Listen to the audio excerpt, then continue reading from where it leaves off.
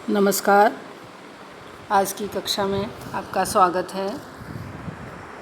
हम गोस्वामी तुलसीदास जी कृत रामचरितमानस के बालकांड का वाटिका प्रसंग पढ़ रहे थे। जैसा कि आपको पता है, रामचरितमानस 7 भागों में विभक्त है। उसमें पहला बालकांड है और उस बालकांड में जब राम और लक्ष्मण को विश्वामित्र जनकपुरी लेकर के जाते हैं तो वहाँ पर जो पुष्प वाटिका है उसका वर्णन है। कल की कक्षा में हमने पढ़ा था कि गुरु की पूजा करने के लिए राम और लक्ष्मण पुष्प वाटिका से पुष्प चुनने के लिए जाते हैं। पिछले पद में हमने पुष्प वाटिका की सुंदरता का वर्णन देखा था।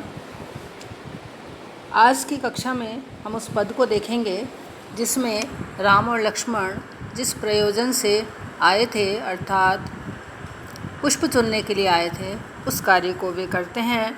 तो आइए देखते हैं पद। चहु दिसि चितई पूछी मालीगण, लगे लेन दल फूल मुदित मन, तही अवसर सीता तह आई, गिरिजा पूजन जननी पठाई। संग सखी सब सुभग सयानी, गावहि गीत मनोहर बानी। सर समीप गिरिजाग्रह सोहा, बरन न जाई देखी मन मोहा। मज्जनु करि सर सखिन समेता, गई मुदित मन गौरी निकेता। पूजा कीन्ही अधिक अनुरागा, निज अनुरूप सुभग बरु मागा। एक सखी सिय संग बिहाई, गई रही देखन फुलवाई। तहि दो बंधु बिलोके जाई, प्रेम विवश सीता पहि आई। तासु दशा देखी सखिन, पुलक गात जलु नैन। कहु कारण निज हर्ष कर, पूछहि सब मृदु बैन। इस पद में बताया गया है कि जब राम और लक्ष्मण दोनों भाई जनक वाटिका में पुष्प लेने के लिए गए, उसी समय वहाँ पर माता की आज्ञा से सीता गौरी पूजन के लिए आती हैं। और वो जब गौरी पूजन करती हैं तो राम और लक्ष्मण का जो अपूर्व सौंदर्य है उसे उनकी एक सखी देखती है और उस समय उस सखी की क्या स्थिति हो जाती है इसके बारे में यहाँ पर बताया गया है। तो आइए देखते हैं चौपाई। चहु दिसि चितई पूछी मालीगण, लगे लेन दल फूल मुदित मन, तहि अवसर सीता तह आई, गिरिजा पूजन जननी पठाई। चहु दिसि, चहु यानी चारों ओर, दिसि यानी दिशाओं में, चारों दिशाओं में। चितई पूछी मालीगण, राम ने चारों दिशाओं में देखा। क्या देखा? कि माली हो तो उससे मैं पूछूं कि हम पुष्प चुनने क्या। यहाँ पर देखिए राम कितने मर्यादा पुरुषोत्तम राम जो हैं, वो जो कि एक आदर्श स्थापित करते हैं। राम कौन है? राजा जनक के अतिथि हैं। उन्हें किसी से पूछने की आवश्यकता नहीं है, किंतु यहाँ पर भी उन्होंने एक आदर्श प्रस्तुत किया है कि जब हम किसी वाटिका में गए हैं तो हमें ऐसा नहीं कि हम किसी कोई विशेष अतिथि हैं तो हमारे ये कर्तव्य नहीं बनता कि हम पूछ करके ही पुष्प चुनें। तो इसलिए वे माली से पहले पूछते हैं पुष्प चुनने के लिए और उसके बाद वे लगे लेन दल फूल मुदित मन, और फिर वे प्रसन्न मन से, मुदित मन अर्थात प्रसन्न मन से पुष्प और पुष्पगुच्छ चुनने लगे। तही अवसर सीता तह आई, गिरिजा पूजन जननी पठाई। जिस समय वे पुष्प चुन रहे थे उसी समय वहाँ पर सीता जी आई, जनक की पुत्री सीता आई। किस कारण से आई? गिरिजा पूजन जननी पठाई। हमारे यहाँ मान्यता है कि आदिशक्ति माँ पार्वती को सौभाग्यदात्री माना गया है और इसलिए कन्याएं भी, स्त्रियां भी, कन्याएं अच्छा वर प्राप्त करने के लिए तथा स्त्रियां अपने सौभाग्य को अखंड रखने के लिए माता गौरी की, माता पार्वती की पूजा करती हैं। इसी परंपरा के हिसाब से माता ने जानकी को, सीता जी को गिरिजा पूजन के लिए अर्थात माता पार्वती की पूजा के लिए वहाँ पर भेजा था। संग सखी सब सुभग सयानी, गावहि गीत मनोहर बानी। सर समीप गिरिजाग्रह सोहा, बरन न जाई देखी मन मोहा। संग सखी सब सुभग सयानी। उनके साथ बहुत सारी सखियाँ थीं। वे अत्यंत ही सुंदर थीं और सयानी, चतुर भी कह सकते हैं और समझदार भी कह सकते हैं। सभी सखियाँ अत्यंत सुंदर थीं और बहुत ही चतुर एवं समझदार थीं। गावहीं गीत मनोहर बानी।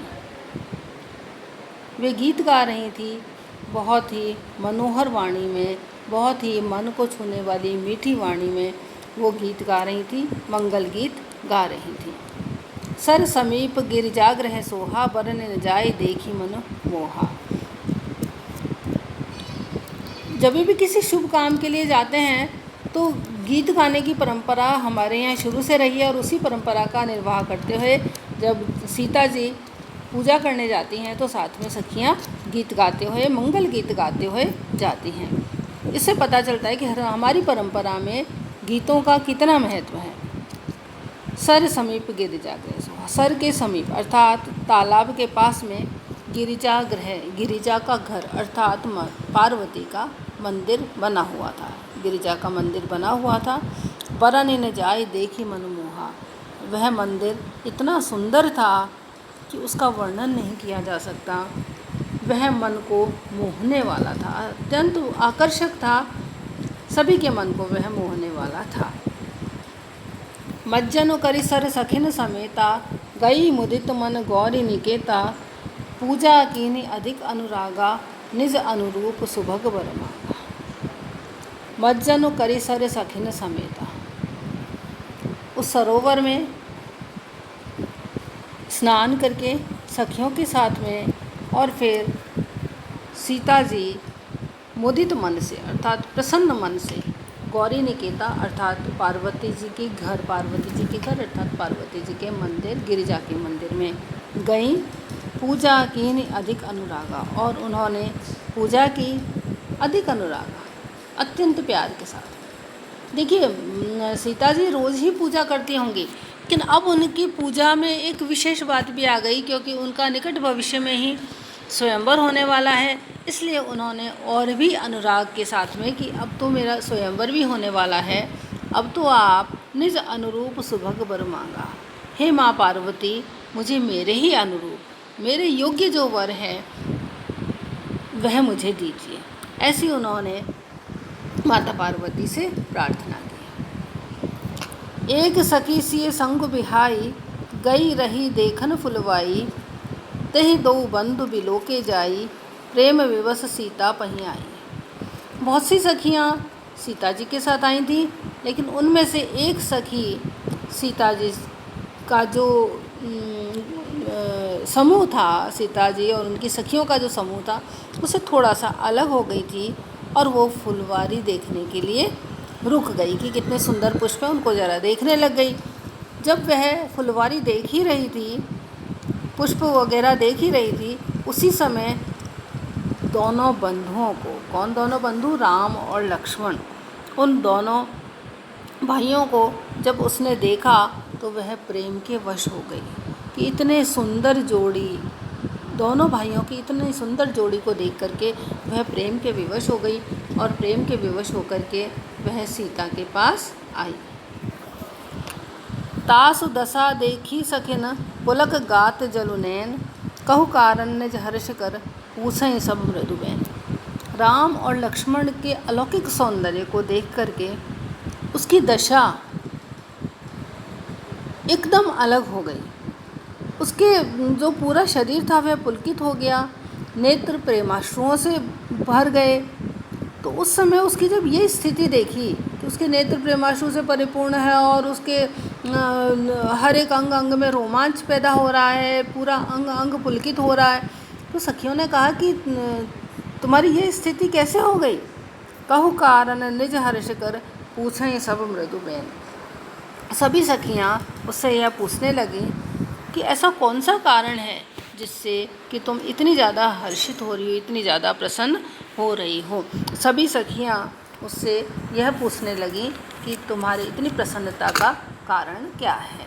तो देखिए बच्चों, इस पद में हमको पुष्प चयन के समय के लिए समय जो राम का विनम्रता के साथ में पूछना है ये हमारा ध्यान आकर्षित करता है, एक आदर्श के बारे में बताता है, एक सखी को जो माध्यम बनाया गया है, जो कि सीता जी को राम से मिलाने के लिए एक माध्यम का काम करती है, वह भी बहुत ही सुंदर है।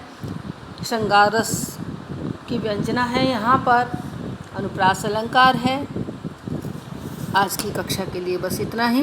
धन्यवाद।